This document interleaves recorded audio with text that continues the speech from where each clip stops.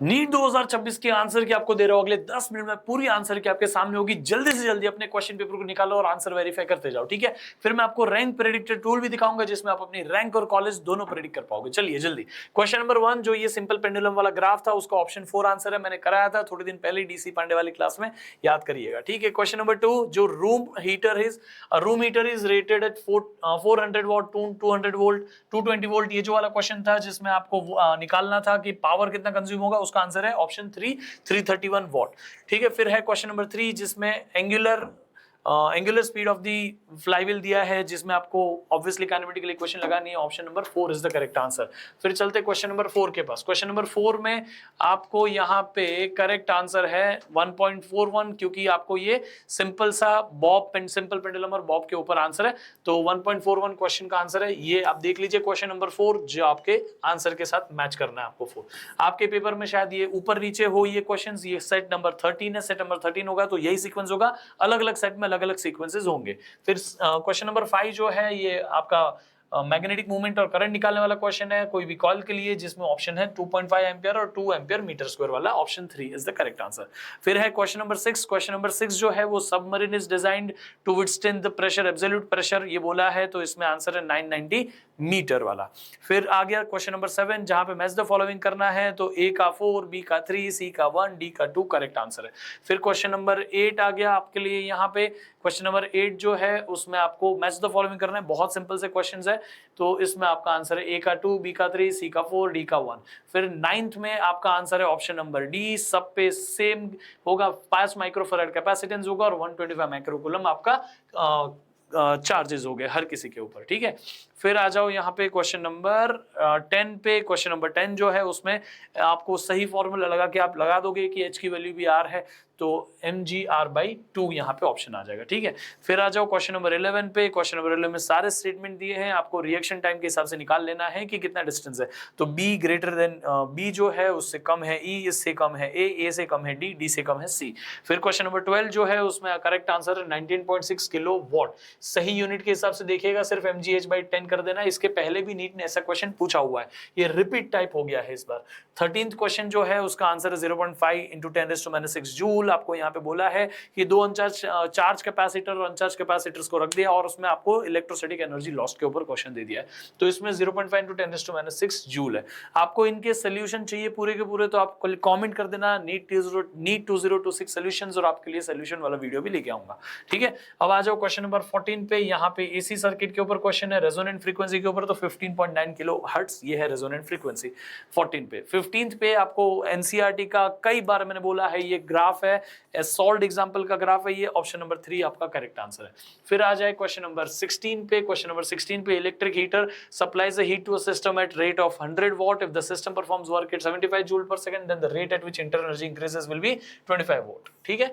Answer is 25 what. 17 का answer जो है जिसमें पीक वैल्यू पे आपको पहुंचने के लिए कितना टाइम लगेगा, वो है 1/240 सेकंड्स। याद रखना, ये आपको करने के लिए इक्वेशन बनानी पड़ेगी, इक्वेशन में जो t स्मॉल t की वैल्यू है वो t/4 डाल के करना पड़ेगा, ठीक है। फिर क्वेश्चन नंबर 18 जो है यहाँ पे उसका आंसर है k/4, Young's double slit experiment के ऊपर और इंटेंसिटी के साथ में रिलेशनशिप का ग्राफ है, तो k/4 उसका आंसर है। जानबूझ के यहाँ पे इंटेंसिटी को k बोल दिया, ठीक है। अब आ गया यहाँ पे स्टेटमेंट 19। क्वेश्चन नंबर 19 में आपको स्टेटमेंट दिए न्यूक्लियाई के, स्टेटमेंट बी और डी करेक्ट है, बाकी दोनों रॉन्ग है, तो ये याद रख लीजिए। न्यूक्लियाई के बेस्ड क्वेश्चन, बहुत आसान सा सवाल था, इतना इजी क्वेश्चन कुछ कुछ पूछ लिया था, ठीक है। फिर आ जाइए यहाँ पे 20।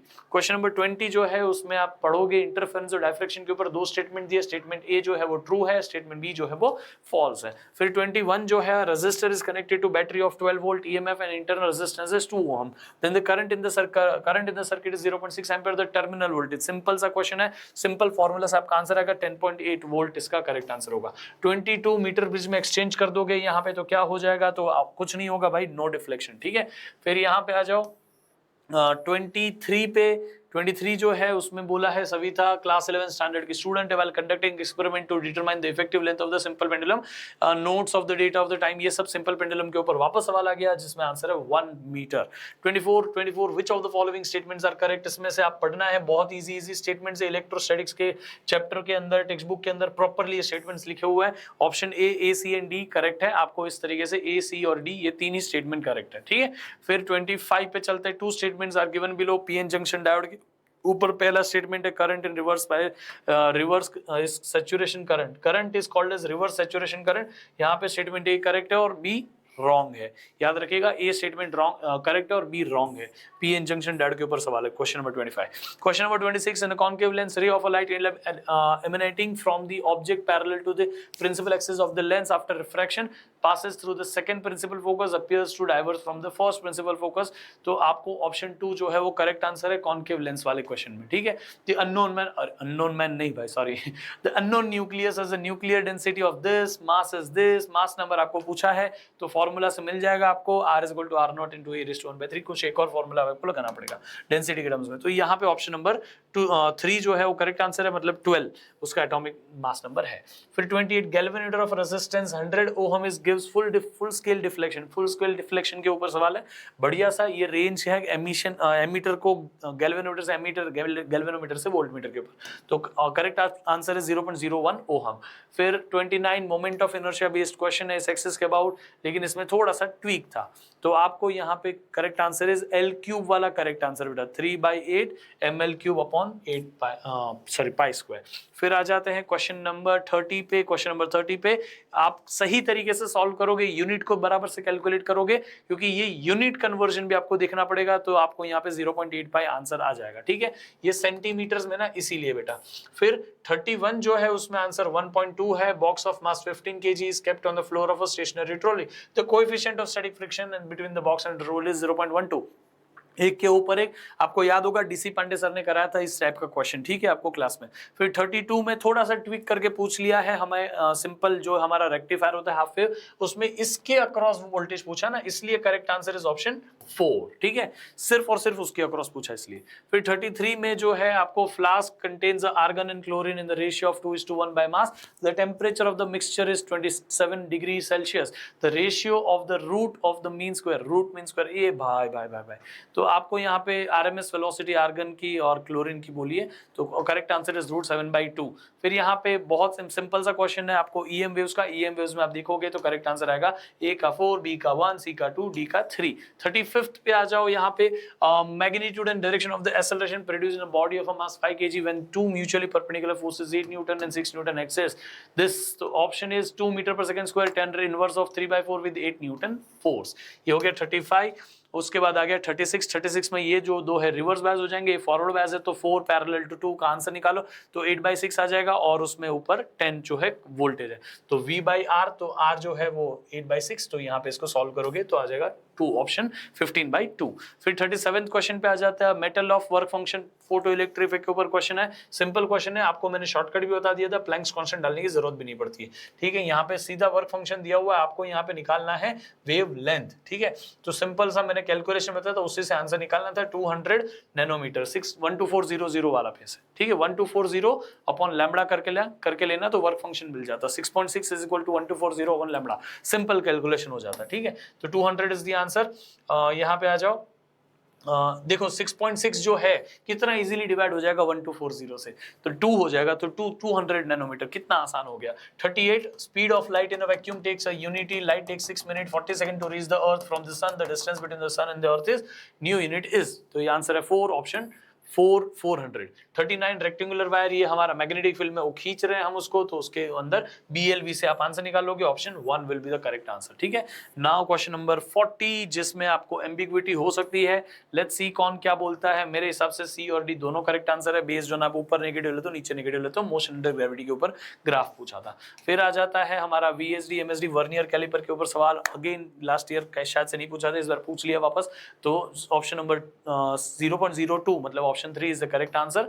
फिर question number 42 each side of the metallic cube, oh my god has a mass this measured to be this and the density of the material of the cube best expressed is this। तो आपको यहाँ पे थोड़ा सा answer लाने के बाद में ये देखो, यहाँ पे आपको सिग्निफिकेंट फिगर सही से बतानी पड़ेगी राउंडिंग ऑफ के साथ में, तो 7.65 आएगा, फिर उसको राउंडिंग ऑफ करोगे, उसका पहले 5 के पहले जो है इवन नंबर है इसलिए 7.6 उसका करेक्ट आंसर गया। 42 हो गया। 43 पे चले जाते हैं, ray optics, answer is 40 degree. यहाँ पे आ गया हमारा 44 पे आंसर इज 2.1 × 10⁻10। यहाँ पे फर्स्ट एक्साइटेड स्टेट यानी सेकंड ऑर्बिट -3.4 हो गया। फिर आपको बोला है the radial distance of the electron from the hydrogen in this case is, oh my God, याद रखने की चीज है। 45 5th question, last question, answer is 4th। ठीक है, तो आई होप कि आपको याद रहेगा, इट्स एन इजी क्वेश्चन। बाकी आपको मैं यहाँ पे एक नीट का रैंक प्रेडिक्टर देता हूँ और हम आपके लिए कुछ अमेजिंग ला रहे। 5 तारीख को जरूर बने रहिएगा इसी चैनल के ऊपर बेटा। This is a rank predictor tool जिसके लिंक डिस्क्रिप्शन में आ जाएगी। आपको सिंपली यहाँ पे अपना स्कोर डालना है, कैटेगरी डालनी है, आपका रैंक, आपका कैटेगरी रैंक आपको यहाँ पे बता देगा कि आपका कौन सी कॉलेजेस में एडमिशन हो सकता है। ठीक है बेटा, ये सब आपको बता देगा, कौन से ब्रांच में, कितनी एम्स में, कौन से कैटेगरी में, सब कुछ, एवरी डैम थिंग। ठीक है, आप जरूर एक चीज बताइएगा बेटा यहाँ पे कि आपका कोड कौन सा था, आपको पेपर कैसा लगा और आपको कितना एक्सपेक्टेड है, ताकि हम आपसे समझ पाए कि आपको क्या मार्क्स आएंगे। ठीक है, और हम आपको बता पाए कि सारे बच्चे क्या कहते हैं। ठीक है, एवरेज एक्सपेक्टेड स्कोर जो है 720 में से 505 हो रहा है, जो यहाँ पे बच्चों ने डाला उस हिसाब से। तो आपको ओवरऑल रैंक वैंक सब यहाँ पे पता चल जाएंगे। 690 प्लस जो है 1 से 25 रैंक आएंगे, यानी पेपर जो है मॉडरेट टू डिफिकल्ट के बीच में रहा है, टूवर्ड्स मॉडरेट ज्यादा है, तो इस तरीके से आपके कट ऑफ निकलेंगे। ठीक है, बाकी बहुत कुछ इसी पे आ जाएगा, जरूर इसको सेव कर लीजिएगा। चलो मिलते हैं फिर अगले वीडियो में, तब तक के लिए bye bye, take care, love you all guys. देखो, अच्छा गया नहीं गया अब खत्म हो गया, प्लान करो अब आगे क्या करना है। ठीक है, I am with you, we were there before NEET exam as well. हम नीट की एग्जाम हो गई, अभी भी हम आपके साथ है बेटा, आपको अपने आप पे भरोसा करना पड़ेगा। We are with you. ठीक है, बिल्कुल भरोसा मत तोड़ना, हिम्मत तो बिल्कुल मत तोड़ना, कुछ गलत कदम मत उठाना, क्योंकि ये एक ही छोटा सा हिस्सा है आपकी लाइफ जो है ना बेटा। आपकी लाइफ के ऊपर एक बड़ा सा थियरी देता हूं, लास्ट पॉइंट है मेरा ये। आपकी लाइफ है ये पूरी, उसमें से ये हिस्सा है आपकी फैमिली, ये हिस्सा है आपका करियर, आप क्या काम करते हैं। ठीक है, ये करियर है। ये जो हिस्सा है ना, ये है आपकी 10th की एग्जाम, ये है 12th की एग्जाम, ये है नीट की एग्जाम। इतनी बड़ी लाइफ में 10th 12th और नीट इतने हैं, अब समझ में आ रहा है आपको। तो जरूरी है कि ये 12th की एग्जाम आपका ये करियर डिसाइड करेगी, करियर आपके फैमिली को कितना फाइनेंशियली हैप्पी रखेगी वो डिसाइड करेगी। लेकिन ये नीट एकमात्र आपकी लाइफ नहीं है, नीट एक छोटा हिस्सा है आपकी लाइफ का। There is lot to happen. शायद नीट की वजह से ये करियर नहीं बना, तो आपकी लाइफ में क्या पता कोई और सर्कल हो जिसकी वजह से करियर बन जाएगा, है ना। तो दूसरे बबल को ढूंढना, अगर आपको लगे कि नहीं अब नीट नहीं होगा तो कुछ और ढूंढो, लेकिन आपको लगता है, ऐसा लगता है कि अरे ये पेपर देखिए मैं कर सकता हूं, तो हम आपके साथ है बेटा। मिलते हैं 5 तारीख को। Bye bye, take care, love you all.